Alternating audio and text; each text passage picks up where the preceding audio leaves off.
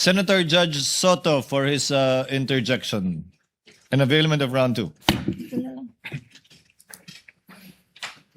Thank you, Mr. Presiding Officer.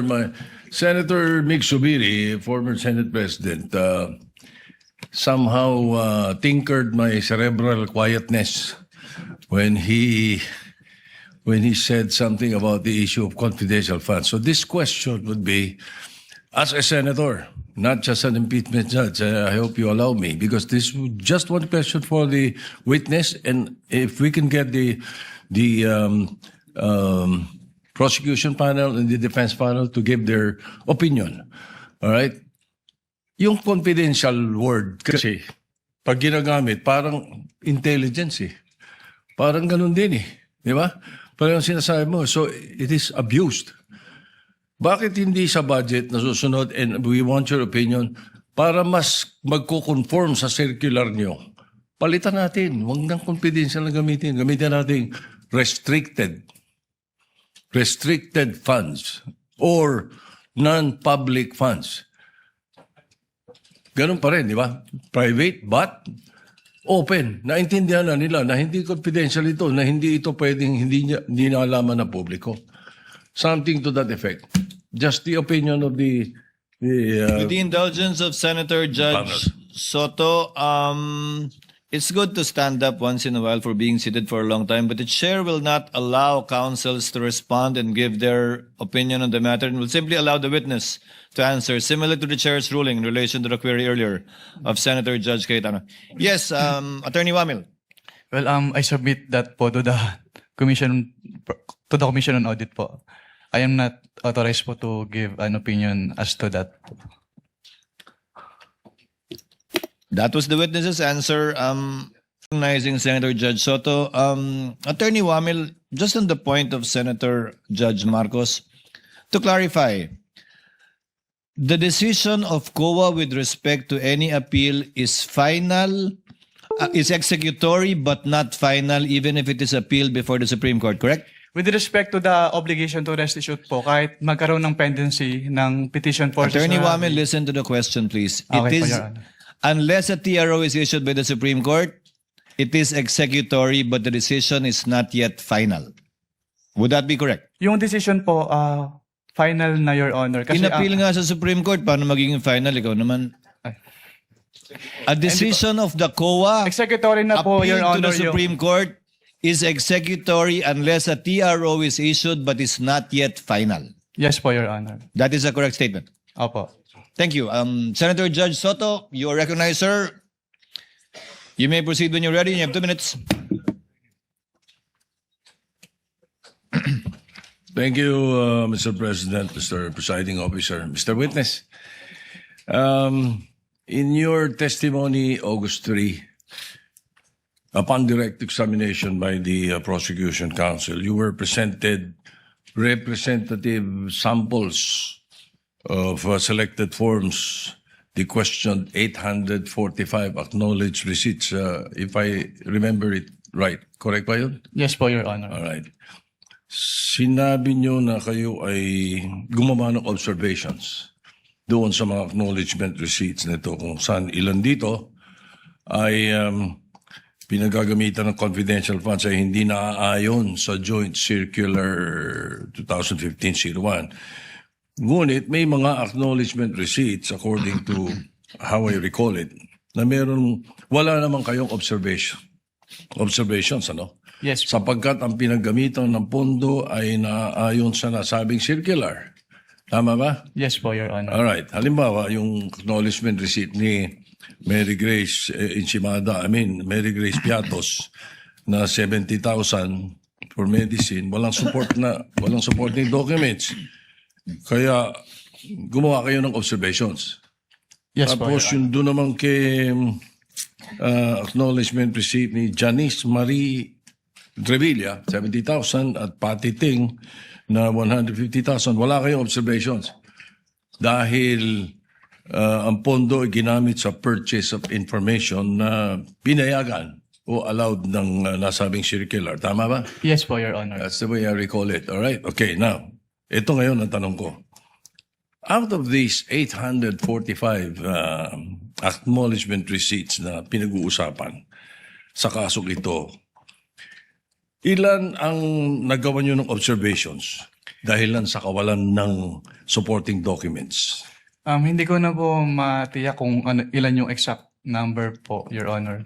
Ilan ng, well, then my next question will not be answered because tatanong ko, ilan yung walang observations?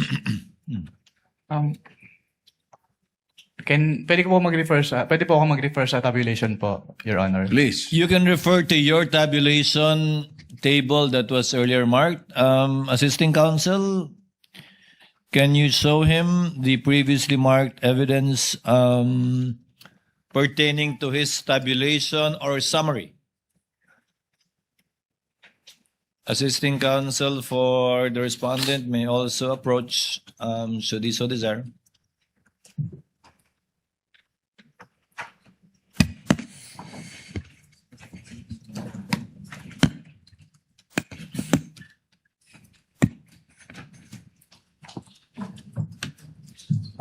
Chair would now like to recognize our minority leader, Senator Judge Alan Cayetano, for his availment of the first round.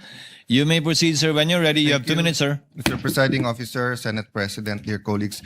My question is to the counsel for the prosecution, defense, and the witness. One question, maybe a follow-up. And if we may start with the witness first to answer. I'm not asking you to make a judgment in this case ng impeachment. So sa akin is answer the general question. So we've discussed in the last 2 days, diba, what is illegal expenditure, what is irregular expenditure, what is improper expenditure. In between all of that, we talked about many technicalities. And of course, this will be much easier if we're talking about public funds which are not confidential in nature. So my question is, when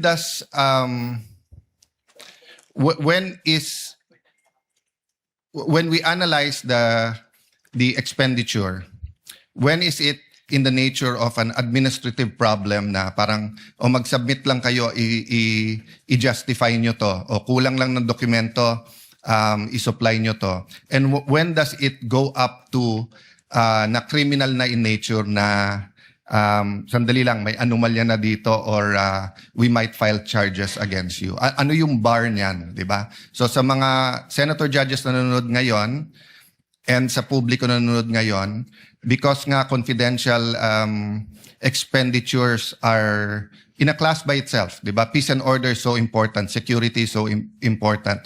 So I'm not referring to this case, So I'm not asking you to make a judgment in this case, whether it's administrative, criminal. In general, as an auditor, then I'll ask the same sa prosecutor and sa defense. Witness, go ahead. In your words, no? Apo, kapag AOM po at NS, nire-require po namin sila na mag-submit ng documents. Pero kapag nag-end na po, since there's an obligation to restitute, so ang remedy po nila is to settle the amount or to file an appeal with the commission proper. Yes, but even when you give them an ND to restitute, hindi nyo naman sinasabi pag restitute. Pwedeng restitute na mali paggamit, hindi yung binulsa mo yon, di ba? So at what point as an auditor do you say na sandali lang, criminal na to, may anomalya? Kasi pwedeng mali ang pinaggamitan, kaya isoli nyo. But you're not accusing anyone of na binulsa niya. Well, sa circular naman po, merong presumption na tinatawag kapag hindi nakapag-liquidate na maayos yung agency. Which is Yes, presumption of misuse or Yes, misappropriation. and that's a disputable presumption, right? It is a prima facie presumption. Yes, a prima facie presumption is a disputable presumption. It's not a conclusive presumption, meaning yung prima facie, so lilipat yung onus sa kabila na i-prove na mali. Tama? Yes po, Your Honor. Yes, so hindi pa yun yung hindi ka pa rin dumating dun sa point na yon na parang hindi, as far as COA is concerned, ninakaw mo to.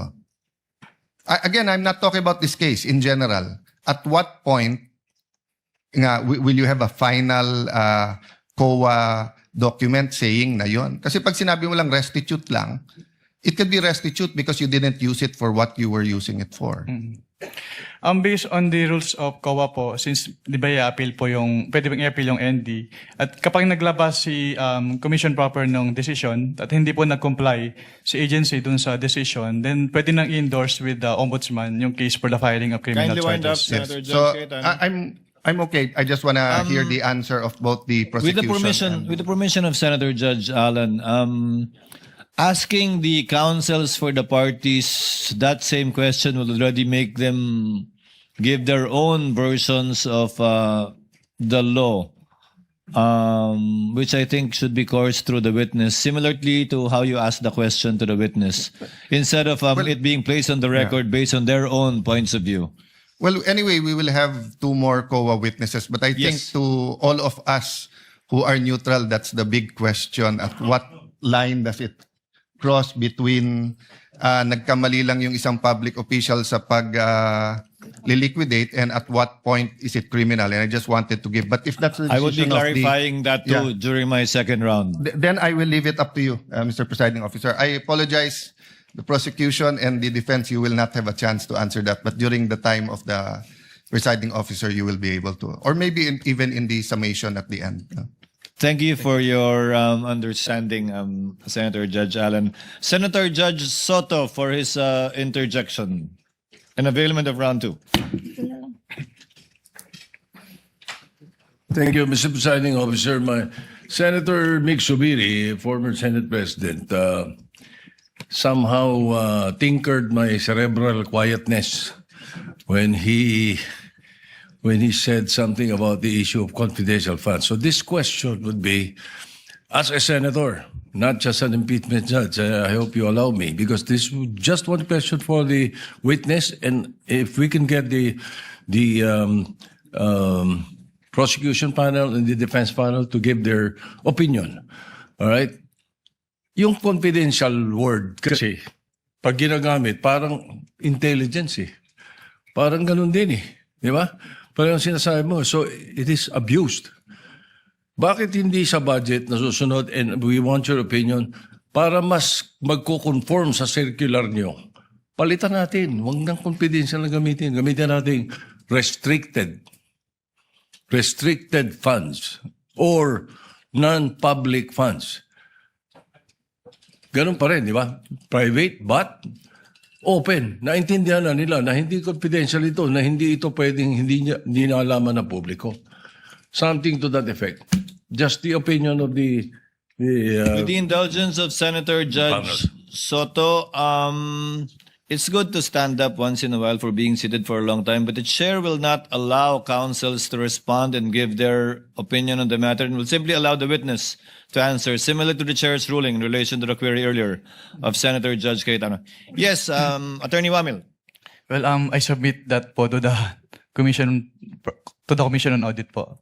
I am not authorized po to give an opinion as to that. That was the witness's answer.